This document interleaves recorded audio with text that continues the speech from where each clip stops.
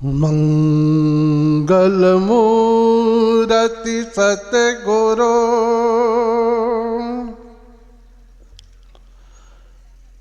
मिलव सर्वाधार।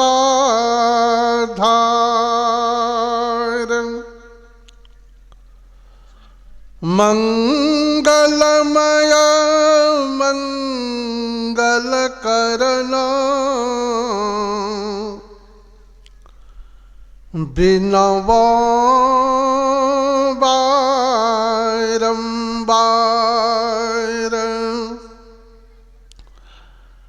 धन्य धन्य सद्गुरु सुखद महिमा कही न जाए। जो कछु कहूँ तुम्हारी कृपा मौत कछु न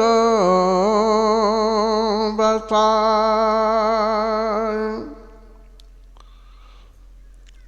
सर्वोच्च सिंहासन पर विराजमान परमाराध्य संत सद्गुरु महाराज के पावन जुगल चरणों में कोटि सा नमन। मंच पर विराजमान देवभूमि हरिद्वार से पधारे हुए अंतर्राष्ट्रीय प्रवक्ता पूज्यपाद स्वामी सत्यानंद जी महाराज के चरणों में कोटि सा नमन। मंच पर विराजमान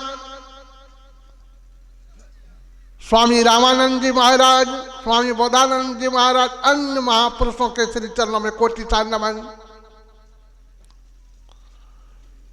विद्वत जन, सत्संग प्रेमी महानुभावों, माता एवं बहनों, सभी को मेरा नमन। अभी जो पाठ के आधार पर कहने का जो विषय बना है गुरु, गुरु हर एक क्षेत्र में गुरु की आवश्यकता है।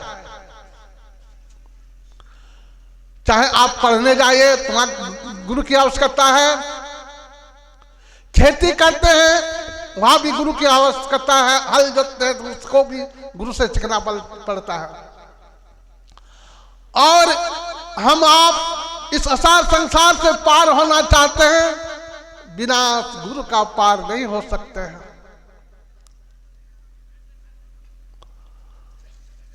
गोस्वामी तुलसीदास जी महाराज लिखते हैं, बिनु गुरु भव दीन तरह न कोई, जो विरंची शंकर सम होई।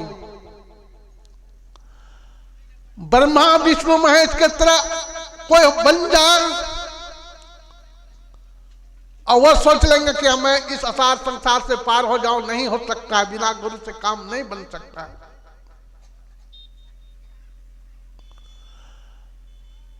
गोस्वामी तुलसीदास जी ने बड़ा सुंदर लिखा। गोस्वामी तुलसीदास जी जब रामायण लिखने लगे, वो तो राम का उपासक थे, राम को मानते थे, लेकिन जब वो रामायण लिखने लगे कहते बंदो गुरुपद कन्या, पहला द्वार, कृपा सिंधु नर रूप हरि, महामोहतम पुंज जा शुभ रवि कर निकरम। क्योंकि गुरु जो होते हैं कृपा के समुद्र के समान उसका कृपा होते हैं, और अंधकार रूपी नाच को कल गुरु नष्ट कर देते हैं। अगर पहाड़ के समान अंधकार हो, इसको नष्ट करने वाला एकमात्र गुरु होते हैं। अप्रत्यक्ष रूप में गुरु जो होते हैं वो ईश्वर के बराबर होते हैं। हम लोग इस आंख से उस परमात्मा को नहीं देख पाते, नहीं देखते हैं, लेकिन गुरु प्रत्यक्ष रूप में हम देखते हैं और वो ईश्वर के तुल्य है।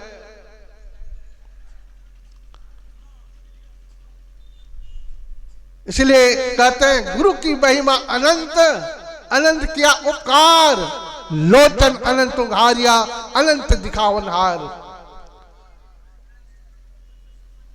गुरु की महिमा जो है उसका अनंत है,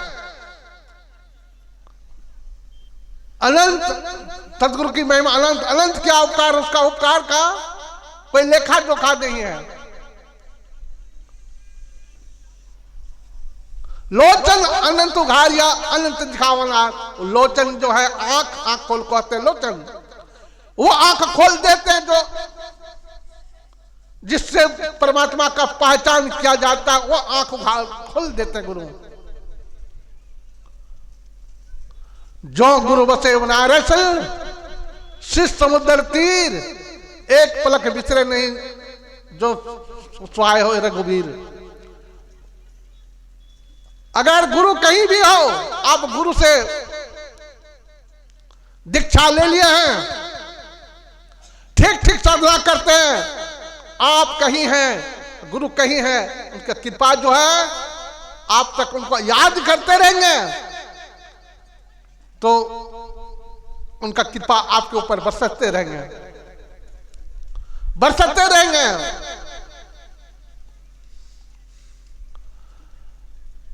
गुरु काढ़े कालमुख अंधे लोचन दे।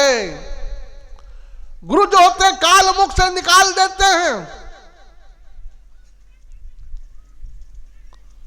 जो समर्थ सदगुरु समर्थ जो होते हैं वो काल मुख से निकाल देते हैं। एक दृष्टांत देता हूं, आप कहेंगे काल मुख से किनको किनको निकाले हैं, तो मैं एक दृष्टांत देता हूं। ये करीब करीब हमारे ख्याल से 77-78 की बात है। संत मत के सत्संगी एक पंजाब के रहने वाला था नंद कुमार बाबू।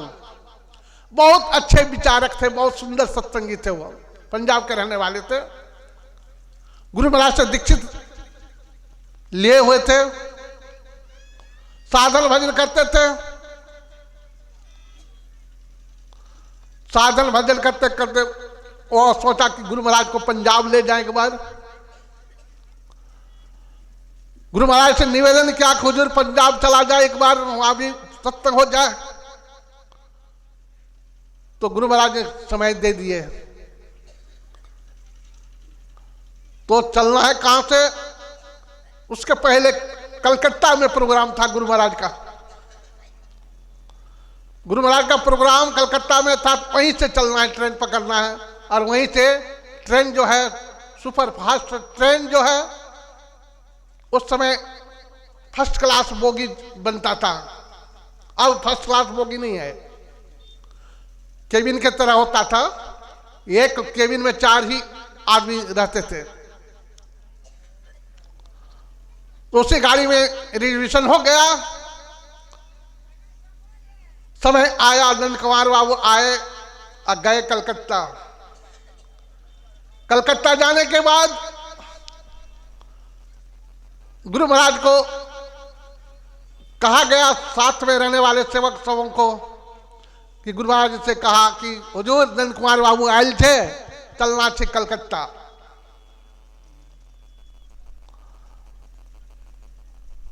तो गुरु महाराज के पास नंद कुमार बाबू खुद गए, हुजूर चलना है, अब समय आ गया और आज ही चलना है, आज का ही टिकट है। गुरु महाराज आंख बंद करते हैं। आंख बंद करने के बाद कहते हैं कि देखो जी, आज रविवार का दिन है, पश्चिम यात्रा ठीक नहीं है, आज नहीं चलेंगे। अब तो वो घबरा गए कि आज का टिकट बना हुआ है, और गुरु महाराज कहते हैं आज नहीं चलेंगे, पंजाब के लोग क्या बोलेंगे, बिहारी ऐसे होते हैं। वो सोचने लगा बहुत। गए पूज्य संत के पास, कहा कि गुरु महाराज तो ऐसे बोल रहे हैं। संत उनको साथ में लेकर गए। कहते हैं संत हुजूर नहीं जब तो कुछ से कुछ वहां के लोग बोलते हैं, और बड़ा मुश्किल से ट्रेन रिजर्वेशन भेल थे, फिर मुश्किल हो जाता है, लोग ठीक नहीं कहते। तो गुरु महाराज पुनः क्या करते हैं, आंख बंद करके देखते हैं और कहते हैं, देखो जी तुम लोग कह रहे हो ठीक है, जाही स्वर चले ताही पग दीजे, एक टक्कर काल मुंह से लीजिए। गुरु महाराज यही कहे कि जाही स्वर चले ताही पग दीजिए, कहने का भाव था यहां, लेकिन यह बात को कोई सेवक समझ नहीं पाया। गुरु महाराज का कहने का भाव था, चलने वक्त, यात्रा के वक्त आप कहीं भी जाते हैं, आप देखिए आपका कौन स्वर, आंख का, नाक का दो स्वर है, एक गर्म और ठंडा, दाहिना स्वर या बायां स्वर, दो तरह। देखिए कौन स्वर चल रहा है दबा कर, अब देखिए कौन श्वास चल रहा है, और उसी के आधार पर आप गुरु महाराज को प्रणाम करके आगे बढ़िए, यात्रा कीजिए, तो आपका कुछ नहीं बिगड़ेगा। गुरु महाराज यही उपदेश दिए सबों को, तो यही कहा, जाई स्वर चले ताई पग दीजिए, एक टक्कर काल हो से लीजिए। इतना कहकर गुरु महाराज चल पड़े। जाते जाते गाड़ी जो है, इलाहाबाद के पहले एक नैनी स्टेशन है, संध्या हो गई थी और गाड़ी 120 किलोमीटर के रफ्तार में गाड़ी चल रही है, सुपर फास्ट गाड़ी। संजोग क्या होता है, जिस लाइन में नैनी स्टेशन में क्रॉसिंग गाड़ी को पार करना था, उसी लाइन में पहले से एक गाड़ी, माल गाड़ी खड़ी थी। केविन इनके गलती से उसी में लाइन गाड़ी को दे दिया, बस जाते हैं अपनी रफ्तार में, अपनी रफ्तार में जाते जाते क्या होता है, गाड़ी टकरा जाती है, टकरा जाती है तो इस तरह से कि एक बोगी दूसरे बोगी पर चढ़ जाते हैं, आगे का बोगी चकनाचूर, पीछे का बोगी चकनाचूर, सब चकनाचूर। लेकिन जिस बोगी में गुरु महाराज और गुरु महाराज के साथ जो भी शिष्य थे, और उसके पहले इधर उधर जो बोगी में शिष्य थे, उस समय गुरु महाराज के निकट सब आ गए थे, गुरु महाराज के प्रेरणा से आ गए, और बस गाड़ी टकरा जाती है, सबका सब बाल बाल बच जाते हैं। केवल गुरु महाराज जो नीचे वाला सीट में लेटे हुए थे, उस सीट से गिर जाते हैं। भगीरथ बाबा नीचे बैठे हुए थे तो उनके गोद में गिर जाते हैं, लेकिन बाल बाल सभी को गुरु महाराज बचा लेते हैं। श्री सद्गुरु महाराज की जय। सभी को बचा लेते हैं। ऐसे होते हैं संत सतगुरु, ऐसे संत सतगुरु के शरण में हम लोगों को जाना चाहिए। अंधे को लोचन दे, हम लोग सबके सब अंधे थे पहले। गुरु महाराज लिखते हैं, थे अंधे बने फिरते, थे बंद फिर अंधे बने फिरते बाहिर अंदर, थे अंध बने फिरते भेदन न थे जाहिर, हमें बोध अंतर भेद न थे जाहिर, हमें बोध बुझाए समझाए दिया गुरु देवी बाबा देवी साहब ने। सबका सब हम लोग अंधे थे, क्योंकि संसार में भटक गए थे इधर उधर, कि ये भगवान है, ये भगवान है, ये भगवान है, ये भगवान है। लेकिन गुरु महाराज आंख खोल दिए, भगवान कोई नहीं, वो सब भगवान, वो भगवान का मूर्ति का रूप है जिसको तुम पूजा करते हो, उसमें भगवान है, वो भगवान नहीं है। और ऐसे परमात्मा को अगर जानना चाहते हैं तो गुरु से दीक्षा लीजिए, तो अपने अंदर चलिए, गुरु से दीक्षा लेकर अपने अंदर चलिए, तो वह भगवान को प्रकट कर लेंगे, प्राप्त कर लेंगे। एक बार की बात है, नारद बाबा बराबर सत्संग करने के लिए जाया करते थे, कहां? विष्णु लोग, भगवान विष्णु के पास, भगवान विष्णु के पास जाया करते थे।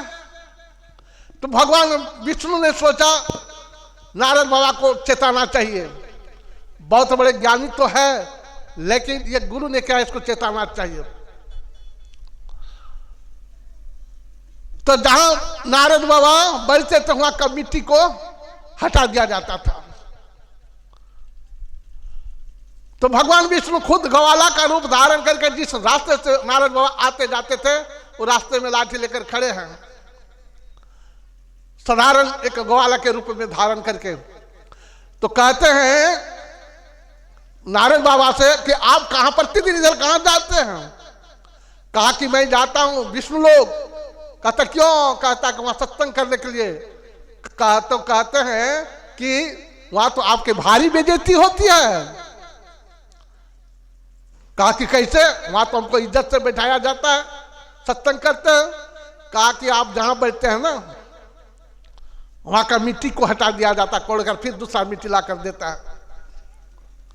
कहा ऐसा कौन करते हैं? कहा कि खुद भगवान विष्णु करते हैं। तो वहां से लौट जाते हैं और भगवान विष्णु से कहते हैं हमको सुनने में आया कि जहां मैं बैठता हूं वहां का मिट्टी को आप हटा देते हैं, पुनः दूसरा मिट्टी देते हैं। कहा हाँ, ऐसा कौन करता है? कहा मैं करता हूं। कहा क्यों? कहा कि आप तो बड़े भारी ज्ञानी हैं लेकिन अभी तक गुरु नहीं किए हैं,